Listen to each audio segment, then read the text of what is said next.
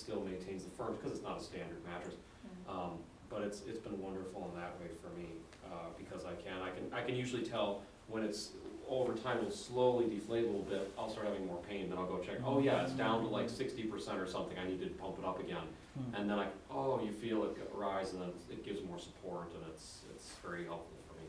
We had one too, and this was many years ago, and we just didn't like it. We had the same kind of issue that you're describing. Just didn't feel like we were having enough support, but it was quite old. I mean, it's probably 15, 20 years ago. I think my Maybe husband they're better now, I don't know.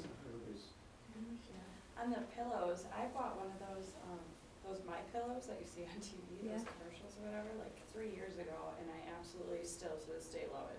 It was the best $60 I've ever spent. Like, What is it? it's called My Pillow. They have like the infomercial where the guy's on there. Like mustaches. Yeah, the real cheesy guy on TV. What's it like? Yeah, what's it like? So on the inside, it's almost like, instead of like feathers or beads or any of that stuff, it's almost like little bits of foam and individual pieces of foam that are separate from each other. And so you can wash it, you can dry it, and it fluffs right back up. And like I said, I've had it for probably 3.5 years. And if I feel it where it starts to get a little deflated or whatever, I just throw it in the washer and dry it, and it fluffs right back up. And like I can, because of all the individual pieces that are inside of it, I can adjust it to like be, like you were saying, more supportive under my neck because I sleep on my side. So it's like I've had that, I didn't like it at all. I didn't like that pillow at all. Yeah, I guess it's just individual. I didn't even, it's too big for my neck. I was just bored. Yeah. I often just use a towel.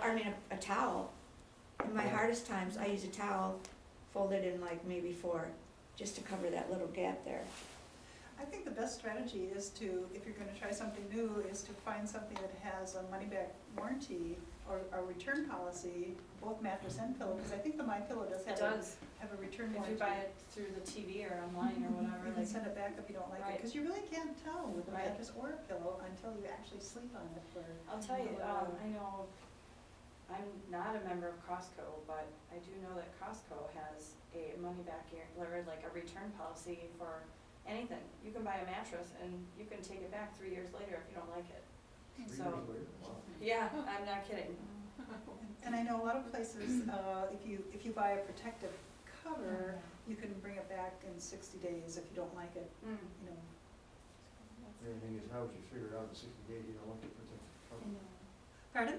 How would you figure out in 60 days, you're talking about protect the cover on the mattress? Right, well, I remember when we went mattress shopping, he said, you can return it after 60 days, but in order to do that, you have to buy this protective cover. In So order the to cover's yours, but you can have return that the mattress. warranty. Around But I've 60 since bucks. read that they can't actually require you to do that. Okay, so it was a gimmick. Right, so the protective cover, right, it was an extra $90 and we didn't purchase it, but since I've read that they can't require you to do that in order to make the return policy valid. Is it protective cover, does it actually help with anything, or is it just? No, it's just that Keeps it clean. they were saying, well, if you're gonna be using it and you might return it, we want you to use this protective cover just to protect the mattress. Wasn't So it's anything. not necessary, it's not needed. No, it's not needed, and, no, So it's kind of a little found out it's not extra. even needed for the warranty, Yeah. even though they tried to tell you it was.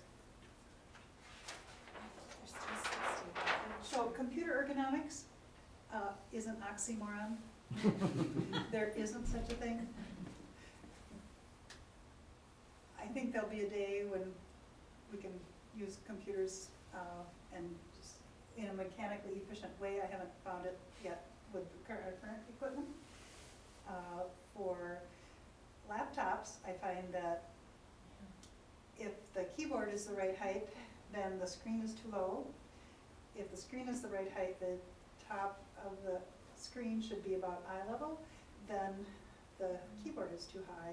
So the way some people get around that is to buy a stand for the laptop. Do any of you have that? Oh, I use a remote keyboard. I put the laptop on a shelf. Right, So that's it's another easy, solution. and then I have a pull-out drawer Mhm. with the remote keyboard. That's a good So I can go solution. like this and just see you know, cause I didn't wanna get carpal tunnel. I So- think that's the ideal solution. And is plus to- I make sure I'm far enough away from it so I don't get EMF. I've got one of those gauges, Mhm. and if I'm at the pull-out drawer area, I'm fine, but if I go up and don't use a pull-out and go, then the EMF is too concentrated. So Sounds like the ideal solution. how far away do you have to be, ideally? About 3 feet Yeah, it's about from the arm's screen. length. You know, it's like a yardstick. If I was here doing this, there's about a yard. Yeah. Arm's length. The ideal position for a desktop is that the elbow should be directly below the shoulders. So shouldn't be reaching. And I happen to prefer that the mouse be on the left. Huh. So many people come in and it's really tight here on the right side, and I call them mousing muscles. Oh, yeah. You can just see how those muscles are working when they're mousing. And if you think of a PC keyboard, there's the letters, and then there's a separate section of numbers. So when the mouse is on the right, it's a farther reach. Whereas if the mouse is on the left, it's easier for me to keep my elbow directly below my shoulder. And if I'm left clicking, it pulls my elbow out. I'm exaggerating. But if I'm left clicking this way, it pulls my elbow in. And so when I first, again, and it's also the chiropractic thing about anything that's one-sided can be stressful. So when I was learning to use my mouse in my left hand, it was also when the findings were coming out that learning to do things with the opposite side is an Alzheimer's preventative. So even though it felt awkward, I'm thinking, I'm preventing Alzheimer's. And made it more tolerable. And within about 2 weeks, I was about equally proficient using my left hand as my right hand. And now I prefer the left. The ideal, I think, would be to sometimes use your right, sometimes use your left. Most of the time I use my left. The last thing that I wanted to cover, self-help. It's one of the best exercises for the spine. Walking, walking, and walking. Research shows that the cross-crawl motion of walking, that's so they mean walking not with a leash or not carrying anything, reintegrates the spine and reintegrates the nerve system, in addition to all of the many other benefits of walking. So the ideal situation for walking is outdoors, not carrying anything, and on something other than cement. Asphalt is fine. Sometimes I'll walk on the grass next to the sidewalk. If you're in a place where there's not too much traffic and you can walk on the road, that's ideal. Gravel is fine, dirt is fine, a track is fine. There's just no give to cement, so that stress of the hard surface does get transferred up the body. Yeah. Next best is it's perfectly fine to walk indoors on a treadmill, but if you have an option, one or the other, I think walking outside is a little better because you're constantly adjusting to the terrain, and so that you get the proprioceptive benefit, it multiplies the benefit of the walking. But we live in Wisconsin, so we keep that in mind, and there are other reasons also. What's the proprioceptive benefit? It's a part of the nerve system that we're learning more about. The fact that we have, let's say if we're walking on a surface that's a little bit irregular, the body has to constantly adjust to the irregularities, and that constant adjustment is good for us. Okay. Exactly. So yep, that's it. It multiplies the benefit of the walking. Makes sense. All right. Yes. What about the shoes getting old? I know I did like aerobics in a club where the shoes look brand new, yet they're losing their cushion and Very, very good Shocking. question. I've heard that about 400 miles is the maximum. If you're a walker, 400 miles would be the maximum on one pair of shoes. Another guideline I've heard is that you should replace your exercise shoes at least once a year. Just like you say, even though they look like they're not worn out, that supports the foot gets worn out and doesn't give the same cushion and support. It's amazing. Have you noticed when you buy a new pair of shoes and you put them on, you just have that bounce in your step? Yeah. Your knees feel better, and It's great. I saw one person, when they buy a pair of exercise shoes, they write the date somewhere on the shoe, Oh. remind them when they bought it. Yeah, just a good reminder. From the spine's point of view, I think walking is the most helpful and useful. I think stretching is the second most useful, and then third is strengthening. I do think a lot of us tend to not pay as much attention to stretching as what is ideal.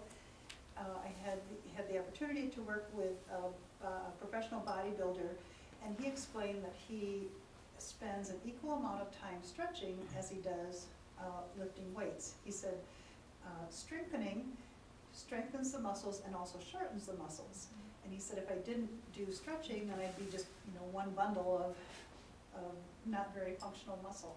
And so I thought that was a good illustration of the importance of stretching as part of a routine exercise program. So with that, thank you very much. It's been really fun. Thank you for being such a fun audience. Thank you for having me here today, and I wish you the very best in your journey with Lyme. Thank you. Thank you.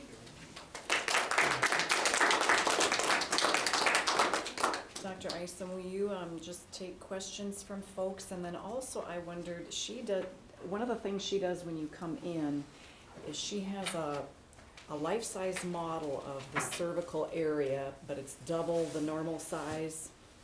And if it were a little bit smaller, the hole in between there, she told me that our spinal column is about the width of a finger, but for this intent here, it would be 2 fingers. But I want her to go around and show you what it feels like on your spine if you are subluxed in your cervical area. This was amazing to me because it just immediately showed me in a tangible physical way what was happening to my spine because this little bone was a little bit too far right or left, and it just, I don't know. It is a fun illustration to do. This is about twice human size. It's the base of the skull and the top 3 vertebrae. And we know that the brain is housed within the skull and that the spinal cord goes down through the spinal canal. And the spinal cord is about the size of one's forefinger. And so because this is twice human size, we can do the illustration using 2 fingers.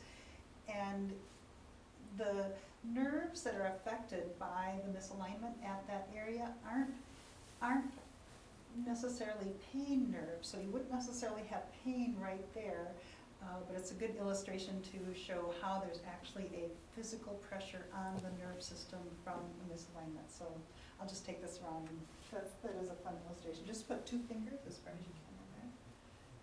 Let's see. And sometimes it's not just like pushed over to the right or left, it can actually be twisted too. So, I mean, it's pretty amazing. The bones or the spine? Yeah, this cervical bone Yeah, right it's here, just- it's you called know, your you know the atlas body bone, just- it's what your head It's not a sits on. pleasant That can be twisted. situation. It can be here. twisted and subluxed, so it's just pretty So amazing. it's twisted subluxation into the jaw. Yeah. And certainly I'm exaggerating on the model. They found in research that that's actually what happens when your upper cervical area is subluxed, where there's actually a physical pressure on the nerves. Now, I don't know if you have found this, Dr. Isom, but I watched a YouTube of a chiropractor explaining that a baby was constipated and they corrected the atlas spine and constipation was gone. Have you found that in your? Oh, God, so scared.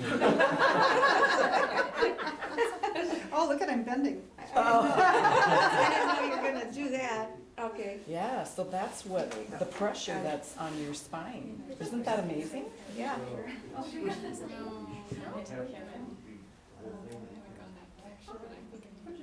between there's a side misalignment.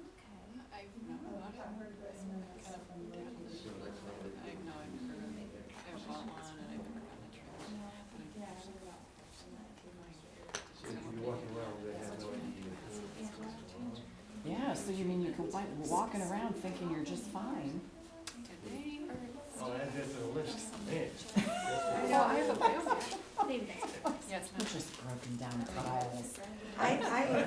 Okay. From Watertown. You have one? Oh, I have You it, have one. especially with this thing. A little bit. I mean, it's pretty painful, but it didn't go away, but it helped. For re- for- They have it aligned. Is there, Yeah. is there any,